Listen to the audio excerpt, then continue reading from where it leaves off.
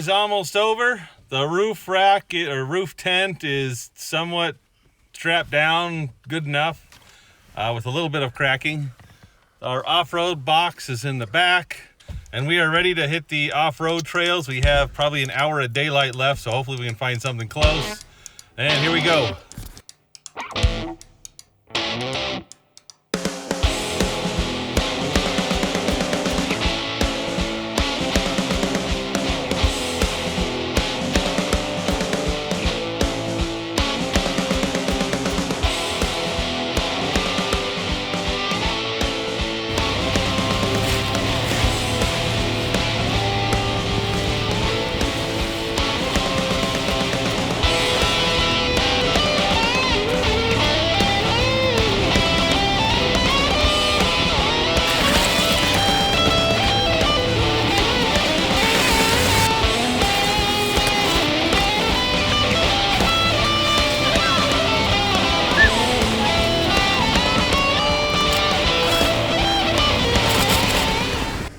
The fun ended rather abruptly when the Jeep ran aground in a small body of water.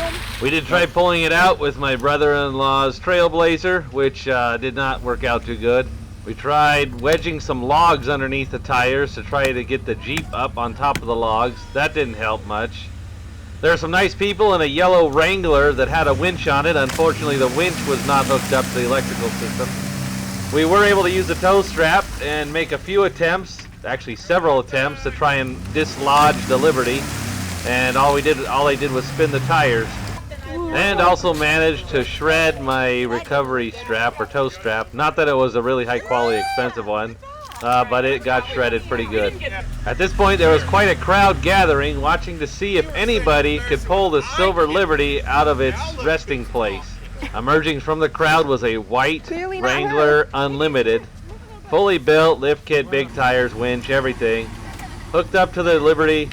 Had to pull it a couple different times, but finally got the angle right, and that thing just popped right off of its perch. There you go, there you go. Keep going, keep going, keep going.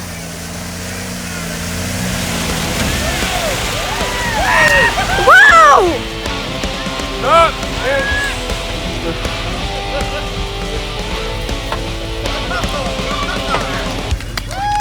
All right. Team effort. Woo!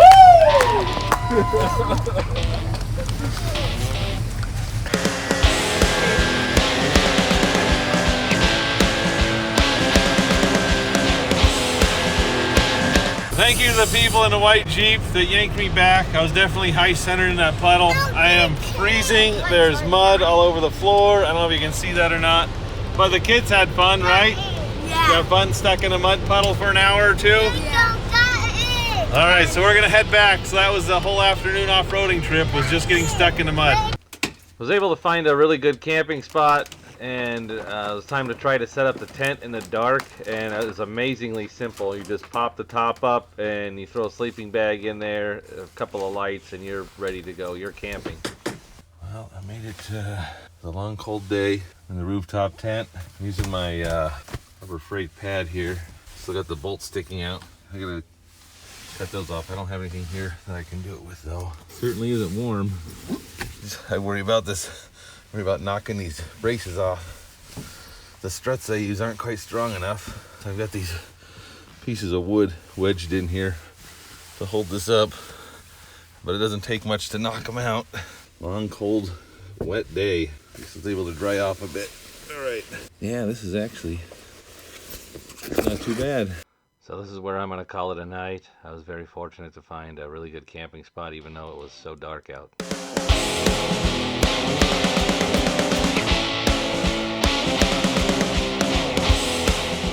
Well, by some miracle, this did not collapse on me last night.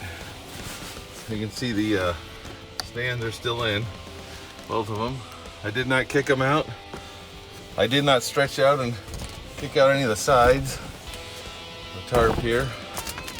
It is very cold. It's still showing, the sun's just starting to come up. It's still showing 27 degrees outside. It's probably maybe a few degrees warmer in here. One thing, sleeping on this cold plywood. There's only air under here, cold air. So I think some kind of foam insulation on here. This mechanics pad helps a lot, but this is pretty hard. This was pretty hard to sleep on. Sleeping on just a plywood alone is probably like sleeping on a cold hardwood floor in your house. We use staples to put the Velcro in, about 1 million of them. It's like getting cut by razor blades every time you come in and out of here. They just constantly scrape you. We put some duct tape around the outside. We didn't put any around the inside. We could to help with that a little bit, but yeah, you keep getting scratched up. They grab your clothes. And then the other thing is it's kind of hard to pull the tarp to get this to close and seal. It definitely needs a vent in here. There's a lot of condensation. I don't know if you can see it. There's it's like the condensation's actually frozen on the inside of the tarp. There we go, right there. That's actually condensation that is frozen on the tarp from me breathing in here. So this needs some kind of venting. Although there's cracks in the Velcro. It's not sealed up. It would have been nice if this was a little bit bigger. I'm 6'3", 6'4", and even diagonally, I still don't quite have enough room to stretch out. If I'd have just made this maybe a foot longer, I think I could get away with that.